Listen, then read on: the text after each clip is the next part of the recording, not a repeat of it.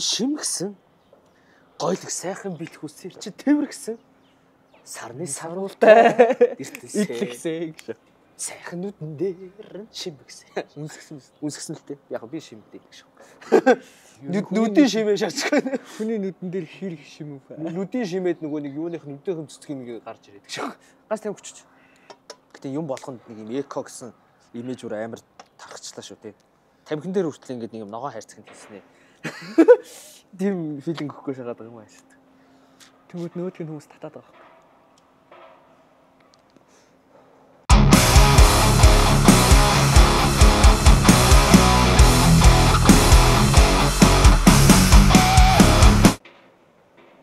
Ер нь намар хэр өнгөрч байна? Намар хэр өнгөрч байна? Яг тэ тэр бус төлрөл өрөндгөрөөл адилхан штэ ажиллаа энэ архиан юм орно. Яг намар бол намрын юм орол гэдэг чинь бүр асар агуу гоё зүйлтэй тэгээ яг одоо ингээл навч унаал. Яг нөгөө нэг юм шав шар ингээд хаасаагүй ингээд юм унсан навчтай яг нэг юм зурвсхан нэг асар үзэсгэлэнтэй үе ингээд одоо эхэлж байна. Тэгээд маш гэгэлдэж байна, догдолж байна, гоё байна. Бусдаар бол тэгэл адилхан дөө. Гэтэ өнгөрсөн намрыг бол хамаагүй дээр. Өнгөрсөн намар бол амар стресстэй завгүй хэцүү намар байсан. Энэ жил бол хамаагүй бүх юм гоё чөлөөтэй сайхан байна. Энэ жил бол миний хувьд бол намар шинэлсэн. Навшин аа. Ер нь зунаас бусад мөхөлрөл навшин гэдэг шүү дээ. Ойрт хэр кино үзэж байна. Ойрт хэр кино. Ойрт би ер нь киноныг үзэж амжихаа байсан шүү дээ. Тэгээд нэг юм юу болцсон. Тэгээ сайн нүг Пак Чан Вокийн шинэ кино үзсэн. No Other Choice гэдэг галзуу шаажил юм байна. Би одоо ингээд гайхаад нэг баахан хүн амт нэгнийг алах гал те ингээд нэг ингээд явж хахт ингээд ягаад тэрийг үзгээр инээ төрөөд байгаагаа ерөөсөө айхгүй. Цаанаа ингээд ямар бэлэгдэл далд санаа утгаа юм нуугдчихж байгаа юм бол гэд гайхаж үзсээр гал тэгэл туссан шүү дээ. Одоо нэг бас Old Boy-ыг найруулагчийн шинэ кино үздэг. Харин тийм тэр Пак Чан Вокийн. Би наад киногч үзсэн байхгүй юу? За очлоо. Би зүгээр нээлттэй хийх гэж байгаа гэд сонсчоод яг хизээ гэдгийг мэдэхгүй байна. Ер нь бол нээлттэй хийх гэж байгаа юм гэж үзсэн. Гараад үзсэн байж гэдэг шээ. Урилга ирээд тэгээд давччихвол уухаар хэр хөрлөж чинь. Хэр хөрлөж. Гайх нэг мэрсэр ганц нэг. Одоо ингээд Ами бит хоёр ер нь бол найзлаад таньдаг болоод танилцаад 3-4 жил болж байна. 22 оноос хойш. Тэ. Тэнгүүд одоо ингээд Instagram дээр ингээд 64,000 followersтай болоод тэгээд өөрийн гэсэн бас нэг юм фейстэй болоод ингэ явж хахад ер нь анх одоо 2 жилийн өмнөөс одоо ерөнхийдөө бол контент гэх бод. Дэйлигийг хийгээд ер нь бол он гараал хийж эхэлсэн шүү дээ. Тэш яг оны өмнө шүү дээ. Яг 12 сарын 22-ноос гэсэн. Тэрсийнхэн онцгой сүрт юм байх гэдэг. Заваа балиар нэг сэжгийн хинт чирэггүй нэг юм атсны нэг заваан орк амьдралаа түмэнд дийлгэж тэ. Аха. Нэг юм attention whore гэдэг байхгүй. Одоо анхаарлын янхан гэх юм. Тэгээ тэрэндээ жоохон донтоод одоо ер нь эвдэрх замдаа ер нь орж байгаа. Эвдэрч эхлэх байх ер нь юундаа. Ер нь тухайд байсан хүмүүсийн хандлага бол одоо байгаа хүмүүсийн хандлага яаж ямар ялгаатай вэ? Нэгтгэн нэг хайхтар зөрүү болнод байхгүй юм шиг санагдав. Тийм. Яг нөө нэг юу гэрч юм дээ.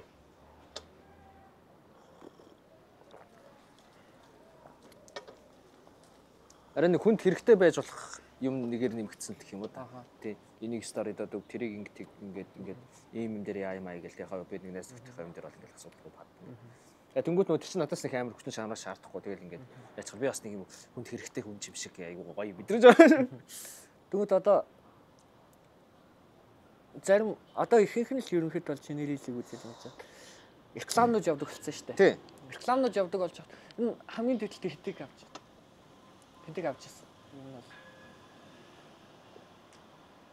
нэг рилнес ч юм уу. Мөнгөнд дүнүү. Үгүй тэр хайхтар өндөр биш би нэг рил сайт хөргөөр л хийдэж штэ. Тэ? Тийм зарим хүмүүс яг орлогоо нотл гэдэг шүү дээ. Орлогоо нотлоо. Тий. яг хөө яг одоо ингээд өдөр тутмын чи үзэж байгаа шүү дээ. Нэг л их уусан, идсэн, ийш тийшээ орсон тэнгүүд ер нь зарим ихэнх хүмүүс л тэгж бодож байгаа. Хин писта яг хаанаас ингэ мөнгөтэй болоо. Яаж ингэж яваад байна гэж юм бол. Нааш тэгээд айгу уйтгартай сэдвүүдээ ер нь бол. Хуучин би нэг баар ажилладаг гэсэн шүү дээ. Яг хөө тэр баар ажиллаулаад тэр чинь өдөр тутмын орлого нь яг би санхүүгийн менежмент айгу муутай үргэлгэн тийм хүн баггүй юу. Тэг яг хөө тэгээд тэр чинь уулын яг хөө тэр газрын үйл ажиллагааны мөнгийг тэр газартаа л уулын зориулах гэсэн шүү дээ. Яг мэдээж би нэг юм зохицуулт хийжсэн түрээс цалин бүх юм ингээ өгчсэн үгчсэн. Тэгээд ер нь уус нэг амар цөм ашиг хийгээд супер шагаад идэггүй байсан учраас ерөнхийдөө тэгэл тэрийг л сайхан үрдэг л байсан баггүй юу ер нь бол. Яг хөө тэрнээс хойшоогоо болохоор одоо ч би чинь ажил хийж байна. Ажил хийгээсээ гадна одоо юу гэдэг нэг ганц хоёр тогтмол хамтардаг газартай болцсон. Тэгэл нэг юу муу орж ирвэл реклам энэ орж ирэх чинь тэгэл яг юутай ийм баггүй юу. Кафка хаагцсаас хойш нэг аягүй хөртөө үлдсэн. Ер нь бол миний нэг бүх орлогууд ингээ орж ирлээ 80% шууд өрөнд. Тэг үлдсэн 20% угаасаа тэгээд ер нь хашаа зарцуулсан ялгаагүй юм шүү дээ. Буюу өнөөдөр өөрөө амьдэрдэг ийм одоо алсын хараагүй пиццата учраас яаж юм гэхээр ерөөсөө хувийн жаргалаа хөөгөл хоол унд тэгээ арх тарсанд өрчөд байгаа юм л та. Собор дээр ихлүүлэх гэж ерөөхдөө бол хэрэгсэн. Тэр гоёс шүү дээ. 20 баг сар завсарлаа байлаа. Тэгээ бас нэг амар өөр хүн болсон юм шиг санаж байна. Тэгээд ер нь яг вэ тэгт. Тэгэхээр санхүүгийн тал дээр бас арай гайгүй болоод эхэлж байна. Юу? Мөнгө чинь ингээ байгаад төдөлчж байна. Гүү. Чи ингээд яг орж ирээл гараал нэг тийм л байдалтай байгаа яг юм даа. Одоо чи наам ч би бас сайхан уудаа шүү дээ. Удаг байсан гэх юм одоо. Тэнгүүд ингээд одоо би өөрийг ингээд анзаараад үзэнгүүт ингээд орой ингээд уух гад ингээд гарангууд за дансан л нэг 60 70 мянган төгрөг байна уу. Өглөөс сэрэнгүүт ингээд 2 3 мянган төгрөг тасалж байна. Тэгвэл ингээд яг ингээд уух идэхээ багасгаад ингээд явангууд тэр мөнгөнд байж л байгаа байхгүй. Тэнгүүд за энийгээ бас өөр юм зохицуулж болох юм биш тэгээд тэнгүүд тэгж байж аваад нэг сайхан уух бас гоё л. Гэхдээ мэдгүй тэр яг хүн үнэ л одоо яг зарим хүмүүс бол юу гэдэг ингээд тэн дээр ч айгүй нарийн тооцоотой төлөвлөгөөтэй сахлаг баттай байдгийг. Тэгэл ингээд бүх юм хэрэгтэй юмдаа зориулна. Нэр нь бол хэрэглээ одоо илүү дутуу юм а таана үлцний одоо хадгална тэрийг ингээд арвижуулна юу гэдэг те тэрийгээр одоо тийм мөнгөөрөө мөнгө олон дараа нь хөрөнгө оруулалт хийх ирээдүйн юм а хардаг гэдэг тиймэрхүү улсууд байгаа даа яг хөө тэрийгээ тэгээ бусдад ингээд заадаг төгөөдөг улсууд байгаа. Нөгөө талд нь мань мичиг ингээд нэг юм хамаа намаагүй хайш яаш юм бүтгүү гарууч гисэн байгаа. Тэг яг хөө тэгээд угаасаа нөгөө нэг магадгүй би ч одоо зүгээр л нөгөө ээж аавынхаа гэртээ амьдардаг нэг юм баг юм чинь. Нөгөө жаргалдаа ташуурсан гэдэг шиг яваад байгаа байхгүй. Хэрвээ хизээ нэг зэгт ирээдүйд яг амар хүн хэцүү юм болоод инглээ тэглээ гэхэд яг жоохон сурмаж аваад арай жоохон өөрчлөгч магадгүй л дээ. Гэтэ яг тийхгүй тулд магадгүй одооноос жишээ нь арай жоохон зөв тийшээгээ ингээл юу хандаад ингээд. Гэтэ яг би амар юм үргэлжлэн харагдаж байгаа юм шиг боловч бас тэр менежмент ер нь хийж байгаа. Яг тэгэхээр Kafka акцийн дараа би ингээд нэг тухайн нөхцөлд айгүй хэцүү байсан. Тэгээ одоо ч гэсэн яг хэцүү хэвээрээ байгаа ч гэсэн нөгөө нэг гол нь тэр ингээд дарагдаад байгаа гэх юм уу та ингээд багасаад байгаа байхгүй. Одоо нэг бараг 50% ингээд явцсан байгаа даа. Тэгээд тийм учраас энэ ч бас нөгөө талаар нөгөө миний хувьд нэг юм сургалт хичээл маяг юм болчихж байгаа байхгүй. Ами 40 Kafka-г ажиллуулахаас өмнө 44 гээд кофе шоп ажиллаулдаг. 44 50. Тухайд кино орчуулдаг гэсэн. Ерөнхийдөө бол киноны мэдлэг миний хувьд бол яг арт хаус төл рүүгээ илүү сонирхолтой болно. Сонирхолтой гэж юу н хараад идэв. Хардаг. Тэнгүүд ингээд маш сонирхолтой кинонууд 44 50 байх гэж гаргадаг байсан. Kafka-д ч бас гоё кинонууд гаргадаг байсан. Бас өөрөө орчуулдаг байсан. Тэгэд асуух цаа асуулт нь болохоор ер нь чи яг нэг киноо насан туршдаа үзгэвэл чи яг ямар кино? Наа чи амар тэнэг асуулт ч шүү. Би уусаа тэнэг асуулт асууад ээ. Үгүй яг би тэгээ нэг кино гэхээр уусаа надад ингээд ганцхан кинод ер нь юу байдаг вэ? Midnight in Paris гэдэг Woody Allen-ы кино гэдэг. Одоо тэр яг миний намайг кинонд дурласан, уран зохиолд дурласан, хөгжмөнд дурласан кино. Ер нь товчхон ярих юм бол ер нь нэг орчин үеийн багийн 100 жилийн өмнө рүү цаг хугацаагаар аялаад өөрийнхөө дуртай шүтдэг зохиолчд гэх юм уу тэр хүмүүстэйгээ уулздаг штеп. Нэг бааранд ороод ингээд уужсан чинь нэг нэртэй танилцсан чинь өөдсөн. Hemingway гэж бил. Hemingway игэлсэн чинь you like my book? Like I loved it all of them гэсэн чинь it was good book because it was an honest book and that's what war does to man. Нөгөө багш бүр ингэ сонирн болоо заа юу гээд нөгөө нэг юм хуучны хөгжмийн нот мотон дээрээс ингээд царайг нь хардаг байсан нэг юм хуучны нөгөө нөхөр нь яг нүдэн дээр нэг төгөл дуруур дээр нөгөө дуу мууга дуулч болоод нөгөө нэг Scott Fitzgerald-ийн эхнэр нь гэж нэг амар архичин тийж нэг юм голын эрэг дээрээс үсэрч амиа хорлох гэж морлох гол ингээд янз бүр болоод тэгэд ер нь тэр киноны зураглал хөгжим гэх юм уу яг тэр зүйлийн ер нь амар гоё юм бэ гэдэг юм мэдрүүлээд тэгээд дээрэс нь тэрний ард дээрээс одоо юу гэдэг найруулагч маригдлагчаар нь ингээд дагнаж одоо судалж үзэх тийм сонирхол төрүүлж эхэлж байгаа байхгүй. Тэгээ би одоо Woody Allen-ы жишээ нь өөр ингээд дараа нь ингээд кинонуудын нэг үзэл 80-аад оны 90-аад оны ингээд хуучин кинонуудыг ингээд үзэл ингээд яг нэг тийм амар сайд гэх нь хаашаа нэг юм хүнд депрессний нэг тийм сэдв зөрчилтэй юмнууд ингээд яваад байгаа мөртөө тэрийг амар юм хөнгөн юм шиг нэг юм сонин юугаар илэрхийлдэг. Тэгээ уусаа тэр нэг найруулагч нь өөрөө нэг тийм юм багийн штэ. Анх нөгөө комедианаас эхэлсэн баг явахгүй. Тэгээд тэгэхэр чи айгу сонирхолтой. Үзэхэд нэг юм амар утга учиртай мөртлөө хөнгөн байдаг гэх юм бод. Юу гэж хэлмээр юм. Тэгээд тэгэж л тэр нь юу байсан. Тэгээд дээрэс нь миний хамгийн анх орчуулж ивент хийсэн кино аахгүй. Тэгээд өөрөө би баг тэрийг хэдэн ч удаа үзсэн баг тоогоо алдсан. Тэнгүүд би нөгөө нэг Кафкад кино үзэж байгаа яг чиний орчуулж ирсэн. За баг нэг л киног ч үзсэн баха. Гэтэ би Кафкад амар олон кино үзсэн л тээ. Орчуул үзчихдэг байсан шүү дээ. Тэнгүүд такси драйвыг орчуулад гаргасан шүү дээ. Тий. Тэгж яхад бол орчуулга надад бол үнэхээр гоё. Гэхдээ яг тэр чинь угаасаа ийм болохоо наагаад. Тий. Угаасаа би тухайд би угаасаа мэрэгжлийн орчуулагч биш заяа. Тэгээ дээрэс нь тэр чинь зургатаарч гарахгүй. Тэгэхээр энэ бол би заавал бүх юмыг супер байх халахгүй байхгүй. Тэгээ дээрэс нь яг ингээд англи хэлний одоо ингийн өдөр тутмын хов бадж байгаа яриан дээр тэр нэг юм одоо хиллэг байлаа гэж бодсон шүү дээ тий. Тэнгүүд яг тэрийгээр нь бариад өгчлээд орчуулахаар амар тэнэг болчихдаг ч гэдэм үү тий. Магадгүй цаана нэг юм хьюмор одоо хошоогийн яжлалт ч гэдэм үү тийм байсан бол тэр нь алдагдчихдаг. Яг тэрэн дээр дүүцэх тэгээд дээр нь нөгөө нэг монгол ярианд ойртуулад ингээд яачаар над зүгээр үзэж байгаа хүнд тэр нь хөгжилтэй яг нөгөө мэдрэмж нь буучлах юм болоо. Тэрнээс яг энэ буруу яг утга зохиолын орчуулгын дээр бол энэ буруу хандлага л та. Яг ингээд нөгөө их юундаа ингээд үнэнч байх хэвээр ингээд амар нарийн дигмиг байд юм билээ. Би ихтэй тэрийг яг сайн мэдгүй. Тэгээд яг тэрнийг бол зарим яг мэрэгжлийн орчуул кино орчуулдаг хүмүүс ч юм уу үзэх юм бол нүднээс нь цус гарах л та. Би одоо энийг нэг манай үеийн залуучууд үзэнгүүтээ яг oh shit Завнил гээд нэг Facebook пэйж байсан заяа. 18 19 онд амар год байсан. Ийм Мураками Харуки Норвегийн тэрний тухай бичдэг. Админ гээд нэг юм тагжсан хар нөхөр байгаа заяа. Нэг эвгүй багий. Тэгээ тэр нөхөр ингээ орчуулах ихтэй амар хараал.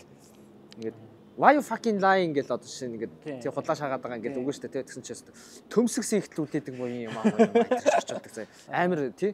Тэгээ тэгвэл тэрний үзээд яг тухайд ингээд би ингээд ямар гоё шат юм бэ яг тэрнээс жоохон нөлөө авсан юм бол байгаа. Тэгээ дөнгөж дараа нь ингээд чүм ац надаар баг юма заалгаа байстэй энэ тэргээд надад том шам орно тиймэрхүү юм болчихсон. Тэгээд нэг тиймэрхүү дээ. Одоо ингэж байгаа. Тэр чинь нөгөө нэг тухайн үедээ би болохоор ингээд зургатаар гарахгүй интернетээр нэг монгол хадгалтай олдохгүй тийм кинонуудыг сонгодог гэсэн байхгүй. Тэгээ аль болох ингээд нөгөө нэг ээлжлэл хуучин байсан бол одоо шинийг гаргаад Европ байсан бол одоо хятад юу Хонконг, Монконг, Япон, Солонгос гэдэг юм уу ингээд нөгөө нэг төлөвлөжүүлээ явдаг гэсэн байхгүй. Тэгээс сүүлдээ нөгөө нэг анх яг тэгэж ивент хийж эхэлж байхад заах Dreamers-тэй энэ чинь болохоор бүр паузтай нэг юм айгу хол зайтай юмудаа гаргадаг яг тогтмол байхгүй. Тэгээд 7 хоног болгон орчуулдаг болоод тэгээд тэрнийг дагаад нөгөө нэг өөр газрууд бас ингээ ивент хийх нь ихсээд тэгээд тэнгуут нөгөө нэг энэ чинь ингээ популяр зөвхөн ингээ цөөнх хэсэг бүлэг хүмүүсийн үздэг гэсэн тэр гоё юмнууд ингээ нийтих олон хүн рүү ингээ тараад ахаар энэ амар гоё процесс шиг санагдаж байгаа байхгүй. Тэнгуут одоо болохоор би тэрийг яаж байгаа нөгөө өөрөө юм ажиллахаа газар хаяад орг шааж юм байна. Тэгээд болчихж байгаа шүү дээ тий. Тэгээ тэрийг одоо би өөрөө хийж амжихаа болцсон орчуулах юм. Тэнгүүд маа найз хийж байгаа. Одоо найз хийхдээ тэрийг одоо концепцийг яаж өөрчилсөн бэхээр нэг юм баггүй. Сая 9 сард 4 кино гаргасан.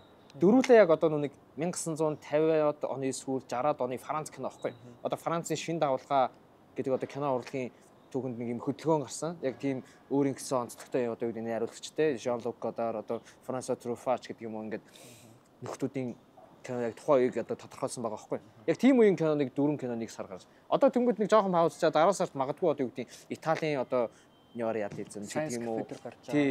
Тийм тэнгууд эсвэл одоо юу гэдэг Тайваны шин дагуулгаач гэдэг юм уу. Одоо юу тийм нэг ийм юугаар нь судлаад яг тэрийг нь цогцоор нь ингэж үзэх юм бол айгу гоё болов гэж бодоод байгаа юм. Тэгээ уусаа амар хуучны ингээд юм кинонуудыг яа ихч бодож байгаа. Буцаад гэж хүмүүст үзээ. Гоё шүү дээ, сонирхолтой шүү дээ. сүүлд ямар хуу ном уншиж байна? Ямар ном уншсан? Ном момч одоо би уншихаа байсан дүү. Хамгийн нэг сүүлд нэг 100 юу авчихсан 70 хаан гэдэг ном уншсан. Масудраас гарсан. Хувлаа хааны тухай. Одоо нэг Jack Waterford гэдэг нөхөр өдөө штэ. Чингис хааны намтрыг бичээд идэг. А тэгвэл тэрний хурцаа сайн нүуний хувлаа хааны тухай ном гаргаж байгаа байхгүй. А тэгээд тэн дээр ингээд ямар ч таа гэхээр ингээд орчин цагт одоо хятад гэдэг амар улс ингээд дэлхийн одоо үйлдвэрлэл худалдаа, усан зам, харилцаа холбоо, тээвэр ингээд бүх юм дээр ингээд хятадын нөлөө бүр ингээд амар том болсон шүү дээ. Ингээд дэлхийн ингээд ийм Азийн тоош ингээд бүрхсэн байж байгаа. А тэнгүүд тэрний баг үнд сүрийг тавьсан хүн ингээд хувлаа хаа юмаа гэдэг санаа тэр ном дээр гарч байгаа байхгүй. А яагаад тэгэхээр одоо хувлаа хаан одоо өмнөд сум улсыг эзлэхээс өмнө тэр одоо тэр далайн иргэн худалдаа гэдэг нь ерөнхийдөө яг тэр хаваараа жоохон хязгаарлагдсан байдалтай зөвхөн ингээд ийм гадны худалдаачид ирээл бараагаа шууд тэр төрийн хариуцсан хүмүүст нь ингэж өгөөл тэнцэнэ нэг юм солилцоо нэг жоохон орон нутгийн шин чанартай байсан зүйл байгаа байхгүй.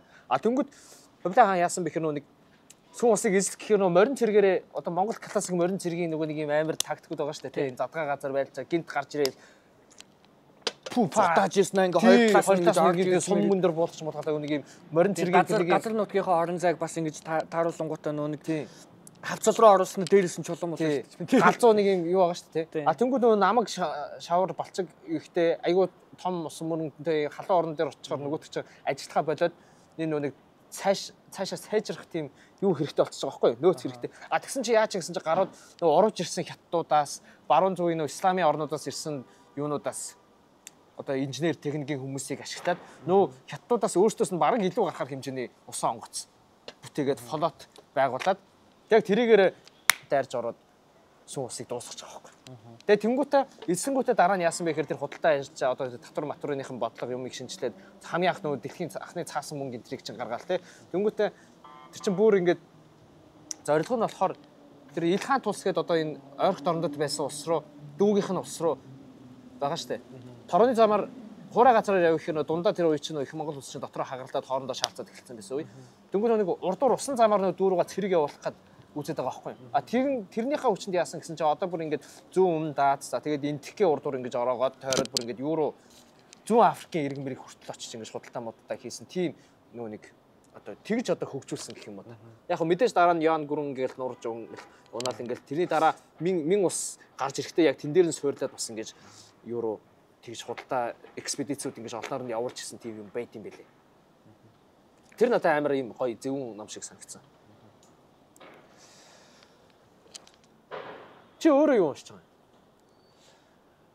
Би сүүлд 1 жил гээд нэг роман уншсан. 1 жилээ. Хиний ямар зохиол юу гард юм? Би зохиолч ч мэдээ. Юу гэсэн нэг эмэгтэй зохиол. Зохиолоо уншсан юм шүү. Үгүй ээ. Тэр зүгээр гэртээсээ. За. Тэр нэг юм за нэг 300 гаруй хоцтой ном. За. Би 103 сар болсон. Оо чаа. Цаавас ч явах угаасаа миний чинь ном унш зав үлдсэн.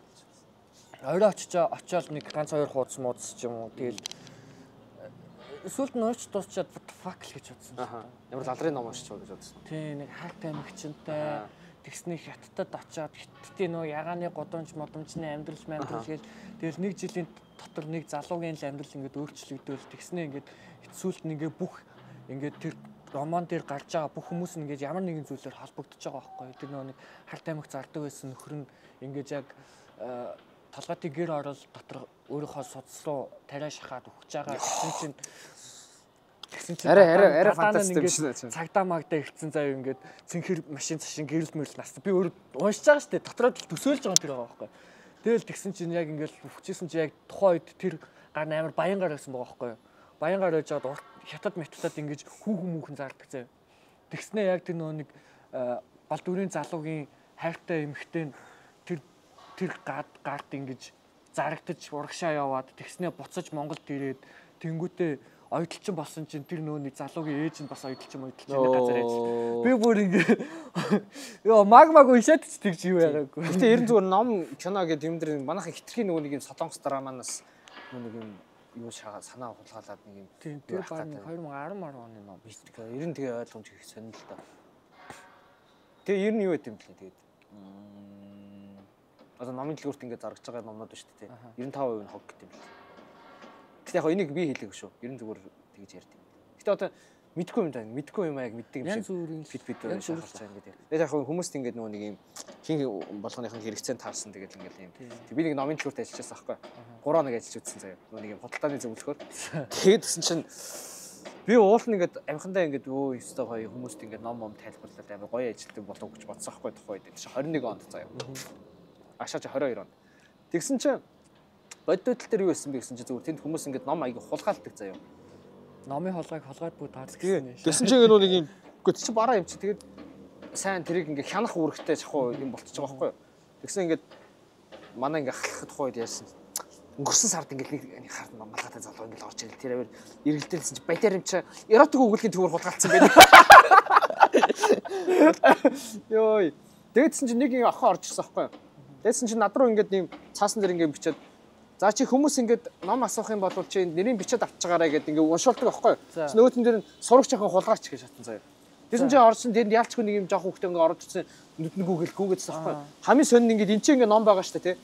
Нөгөө номоо ингэж нээснэ ингэж хараашаад тэр сонин мэдхгүй би тэгээд яг төлөө янз янзын хүмүүс нэг орж гарч байгаа болохоор тэр чинь бас нэг аюу сонирхолтой байсан.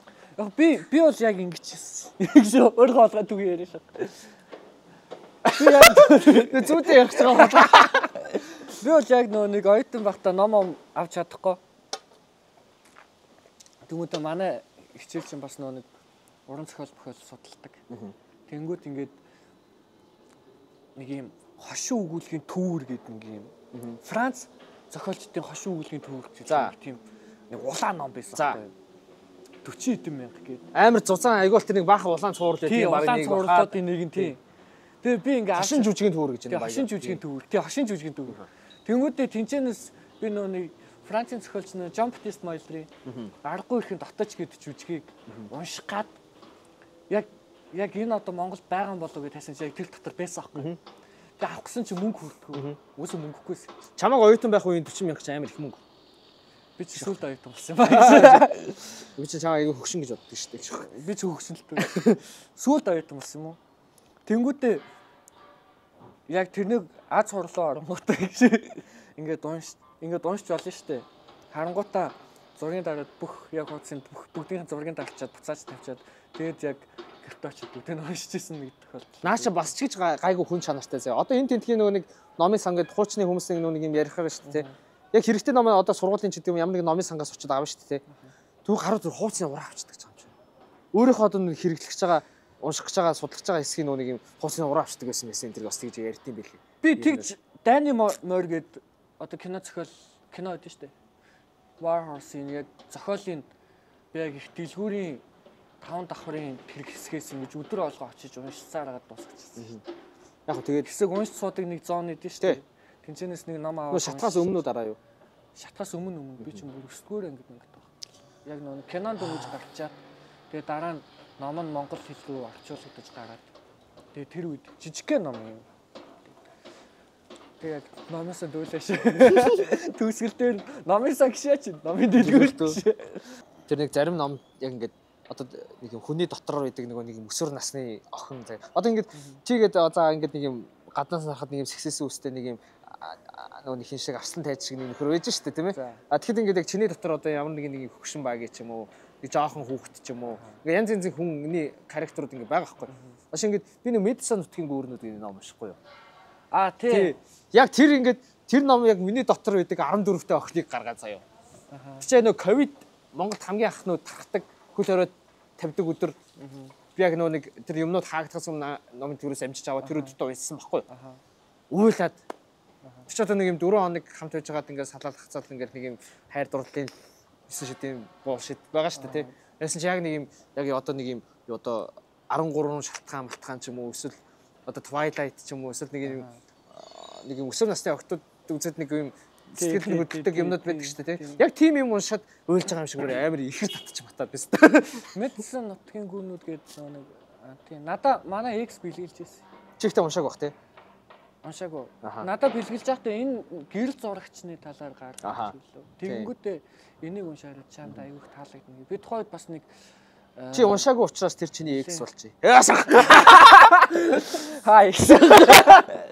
Тэгэнгүүтээ сүлд би номоо авмаар байна гэсэн. Тэгээд би битишаа гэсэн үү? Үгүй одоо л гэрт байгаа ш ном. Аха. Хариу бичээгүй.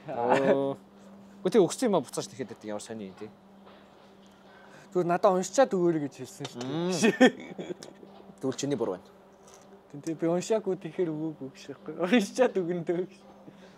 Яа тэгээд тэгтэл ном унших тэнэг шүү тий. Шүүх. Октодтой энэ хэр харилцаатай. Харилцаа байхгүй шүү дээ. Намайг тоодгүй шүү дээ. Би ч айгүй царай муутай. Яраа муутай юм өвслгүү, хөлдүү хүүтэн ауратай, нэрхтэй. Тэгээд юм орк гэх мэтлэн аюу юмнууд байгаа. Тэгээд ер нь намайг бас red flag гэж бодд юм шиг байлээ хүмүүс. Бас бүх хүмүүс red flag л үүдэн шүү дээ. Тэгээ ер нь тэгээд харилцаа гэж юм байхгүй дээ надаа. Миний хүнд сэдвэлтэй миний. Харилцааг гэж бодож нүгснэ тийжээстэй гаргаж ирэж. Тэггүй тэгээд. Blind юу speed date гэсэн. Speed date үү? Яг нэг удаа хэлсэн тэгээд яг speed date-ийн өдөр нь би нөгөө юу хийж таарад байгаа учраас өчтөр амжаагүй. Тийм. Гэтэ тэр нь гоё болчихсон шиг яг нэг заавал нөгөө хосмос төрөх гэхээс илүү. Гэтэ тэр ингэдэм ба нэг төсгөлт нь одоо оролцогчид нэг номертай байгаа шүү дээ тий. Төсгөлт нь аль номерын хүн чамд илүү таалагдсан бэ ингээд дахин уулзмаар байна вэ гэд бөглүүлээд нууцаар бөглөж байгаа хурааж аваад хооронд нь майшлаад байхгүй. Айгүй тэндээс ингээд бас ингээд чи 2 удаа хийхэд нэг 10 ширээн дээр 20 хүн орж ийн гэж шүү дээ тий. Тэндээс ингээд 4 хос төр гарчихж байгаа байхгүй. Ингээ хоорондоо ингээ матч болсон буюу ингээ цаашаа болцох болсон гэсэн үг шүү дээ. Тэг яг хөө тэнгуут нь ингээд үүдээ манахаас нэг хөрхөн вайн өгч мөгөл ингээл за ингээ суугаараа муугаараа. Вайн төлөө матч болоо шүү. Хоёр уудаг гар таарснаа тий. Ард тий. Шууд матч болсон. Чи уумаар байна уу? Йой. Яг хөө тэгээд гой хүмүүнтэй танилцаал тэгэл гой хөөрхөн сонирхолтой л байдаг шүү дээ. Тэгээд цаашаа яг хөө эхний өдөр би яг хитэр хийхдээ жоохон сандарч мандараад нэг жоохон тийм болсон. Тэгээд өчтөр яг би байгааг үтгэхдээ айгүй гоё болсон гэж ярьсан. Манай нөгөө менежер. Тэгээд ер нь цаашаа хөгжүүлээд гоё элемент санаа юм entertainment болох юм нэмээд явах юм бол тэр бас хөөрхөн болох уу? Тийм. Дайггүй байх гэж бодож байна. Сүүлийн үед ямар хөө хөгжим сонсож байна? Хөгжим үү? Би хөгжмийн тал дээр ер нь бол амар юм юу? Мэдрэмжгүй гэх юм уу да. Яг тийм нэг хүмүүс ер нь бол ингэдэг одоо гоё ер нь гоё хөгжим сонсдог. Гоё ухаж сонсдог, мэдэрч сонсдог тий. Хүмүүсийн тэр болгоо ингээд сонсоод байдаггүй. Сонсоод байдаггүй одоо юу гэдэг тий. Мэдхгүй. Тийм ховор гэхдээ амар гоё дуунууд ингээд олоод плейлистэндээ ингээд нууцсан тийм гоё хүмүүс байдаг заяа. Тийм хүмүүс тэр нэг юм олон юм одоо юу гэдэг сонсох зуршилч гэх юм уу тэр нэг хүлээж авах мэдрэмж ингээд discover одоо explore эрэл хайгуул хийдэг тэр юу ч айгүй гоё ихгүй. А миний хувьд бол тийм шээ би яг нэг тусдаа хийдгэн дуутай. Тэгэл тэрийг ингээд ээжлээс одоо за нэг бол ингээд нэг юм жоохон 70-80-аад оны рок дуунууд сонсдог ч юм уу эсвэл ингээд 90-2000-ад жоохон хипхоп нэг тэгтээ амар юу биш. Тэгээ тэнгуүтэй гинтгэн жавхлан мохлонгийн дуу мó жавхлагын тоолтын үзээд. Тий би бүр аим тоолтны газар үзсэн шүү дээ. Йоо амар гойсон цаг. Тэгээ дээрэс нь яг заримдаа нэг артын дуу муу бас айгүй гой санагддаг үе байдаг. Тэгээ тухайхаа нөгөө нэг мүүднээсээ хамаарал тэгэл нэг тэрнтэйгээ зогцох юмнууд байж тээ одоо ч нөгөө нэг юм ачмаш байна даа. Ерөнхийдөө тэгэл нэг юм эмошитүүд.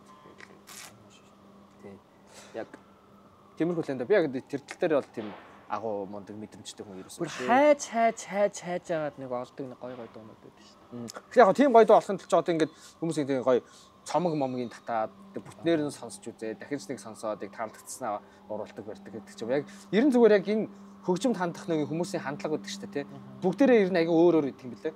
Тэгээд тэр чинь бас айгүй тийм гоё зүйл байгаа. Ер нь нөгөө нэг одоо амьдралыг таашаах машаах энэ төр гэдээ ярих юм бол ном кино хөгжим мэдэр чинь нөгөө нэг юм хамгийн бага зардлаар амар гоё юу айж болох зүйл байгаа даа. Бид нар ингээд гоё хоол иддэг, гоё кофе уудаг, найзуудтайгаа сайхан пив тулгаад уудаг, эмхтэй хүнтэй болцоон тавьлаа гэдэг сайхан вайн майн уудаг, нэг хаяа нэг маяглаад ингээд нэг коктейл гэл ингээд нэг юм яг тухайн үеийнхэн юунаас хамаардаг шүү дээ тий. А тэнгуут зүгээр жишээ нь ном кино хөгжим гэдэг ч юм чи яг тийм байдалтай байгаад нэг гэр бүлийнхнэрээ суугаад нэг гоё инээдмийн юу үзэх нэг ганцаараа заа нэг жоохон хуучны юм ингээд үзэл гоё бодож тунгаагаад бясалгаад үзэх одоо юу кино дээр гарч байгаа юуг ингээд яг тэр найрлагчийн өмнөх юутай нь харьцуулах ингээд гэдэг ч юм уу эсвэл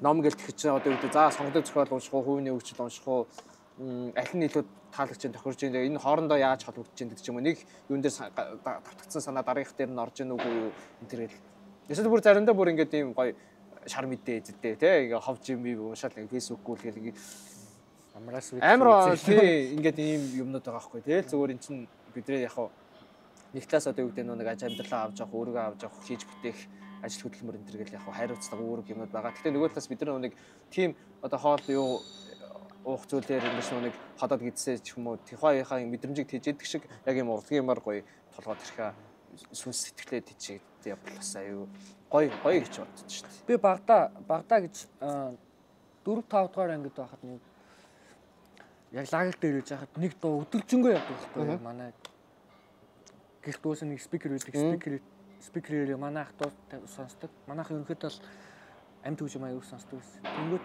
нэг дуу ингээ өдөржингөө яваад тэгснэ би тэрнийг ингээ сонсонгуудаа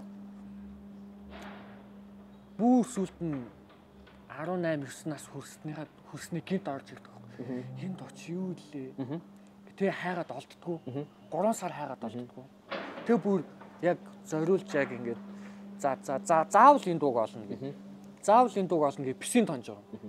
Яг дуу олно шиг тоглох гэж сонж байгаа юм даа. Тухайд яг нэг псийн тоноол нэг 2-3 цаг тоглож байгаа л тэгэл нэг хэсэг хийцгүүлдэг шүү дээ.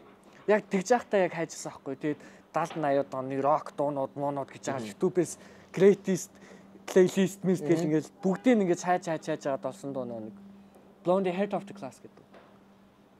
Once in a life, it is a guess. Тэнийг би олцол өө shit энэ биш тэгээд тэнийг яг тасралтгүй сайн сонсож байгаа байхгүй.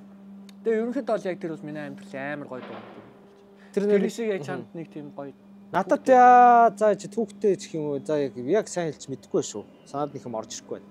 За бодъё. Нөө Pink Floyd-ийн Time гэдэг дуун дээр юу дуртай. Тэгээ яг тэр нэг юм хөвчлэн одоо гэдэг би нэг өдөр тутам нэг өөрийгөө тийм бүтээмжтэй гэх юм уу тийм мундаг яг юм зөв амьдарч байгаа сайн хүн шиг ерөөсөө мэдэрдэг байхгүй. Ер нь зүгээр юм залуу нас цаг хугацаагаа чи ер нь дэмий үрээд байгаа юм шүү. Гэх мэтлэн тийм бодлууд амар их төрдөг. Яг тэр нэг юм төрсэн бодлон дээр юм ташуурдж шавхурж байгаа юм шиг тийм утга тэр дунд байдаг шүү дээ. Уусаа нэг ингээд чи өнөөдөр ингээд цаг хугацаа залуу байна, бүх юм гоё байна гэж бодож иж болно. Тэгэхэд нэг л мэдхэд 10 жил өнгөрцөн юм байдаг шүү дээ. Ингээд одоо юун дээр гүйлтийн замын ихэн дээр ингээд гар буугаар бууддаг шүү дээ. Тэгээд нэг гүүх ёстой. Гэсэн чинь чи тэр бууны чимээг ингээд сонсдгоо өнгөрцөн. Одоо ингээд цаг хугацаа чи ирээд хогшроо чи өөх цагчин боллоо. Гэтэл нар бол урдынхаараа мандаж жаргаад эргээл явж байгаа штэ эргүү ац минь гэдэг тийм юу байгаад байдаг штэ. Яг хаа тэгж тэр нэг амар хүчтэй мэдрэмж өгдөг. Тийм бас Pink Floyd-оос яг миний яг сонсч. Би өнөхөд бол хөгжмийг цомгоор нь сонсдог. Яг шилжилтийн насанд байж байхад яг нэг Pink Floyd-ийн Wall гэж цомгийг надад одоо заазуур хуйгаа гэдэг нэг ах заяа гэж. Тэр түүхэн амар гоё заяа. Яагаад тэ нэг заазуур хуйгаа гэдэг юм байхаа? Та хүү амт заазуур гэжсэн юм уу, маазуур гэжсэн юм уу? Уг ахын заазуур дуулчихсан гэж. Өдрийн манай хамгийн ихний дугаар байлаа. Ихний дугаарыг 120-ын Broadway-с гадаа террасан дээрээс яг намар цагийн гоё уур амьсгалтай газраас ингэж хийлээ. Тэгээд дараачийн дугааруудад бас өшөө гоё газруудаас хийн гэж бодож байна. Тэгээд энэ дугаар хэр амжилттай явахыг үзэгч та бүхний мэлми шийдэг. Йоо яда. Кринж. За баярлалаа баяртай. За баяртай андаа даасч байгаа.